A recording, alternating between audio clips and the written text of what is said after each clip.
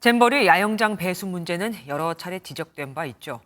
MBN이 매립 기본 계획과 실제 설계 문건을 확보해 비교해보는 결과 당초 계획보다 상당히 낮게 매립이 됐던 것으로 드러났습니다. 어느 이상 매립이 돼야 그 밑에 물을 빼는 배수로도 경사가 져서 기능을 잘 할 텐데 말입니다. 지금 상태로는 농지로도 못 쓰고 추후 공장이나 레저시설 등 다른 것을 지으려고 해도 또 추가로 매립을 해야 합니다. 정확히 어디가 어떻게 바뀐 건지 노태현 기자가 단독 보도합니다.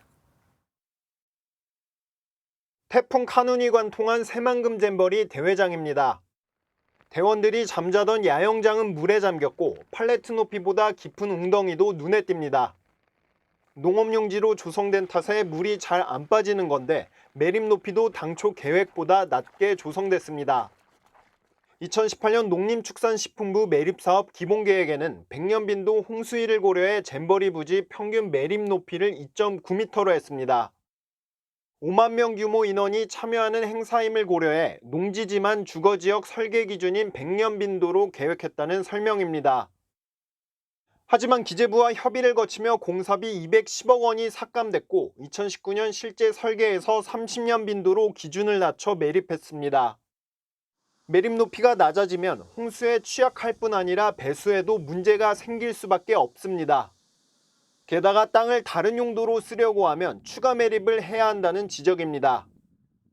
줄여버리면 배수로의 경사가 나오지 않기 때문에 배수가 되지가 않습니다. 침수가 발생하는 거죠. 염분 때문에 손상이 굉장히 빨리 진행이 됩니다. 그렇기 때문에 반드시 매립고를 높여서 시간과 예산이 부족한 상황에서 매립을 추진해 벌어진 일이라는 평가입니다.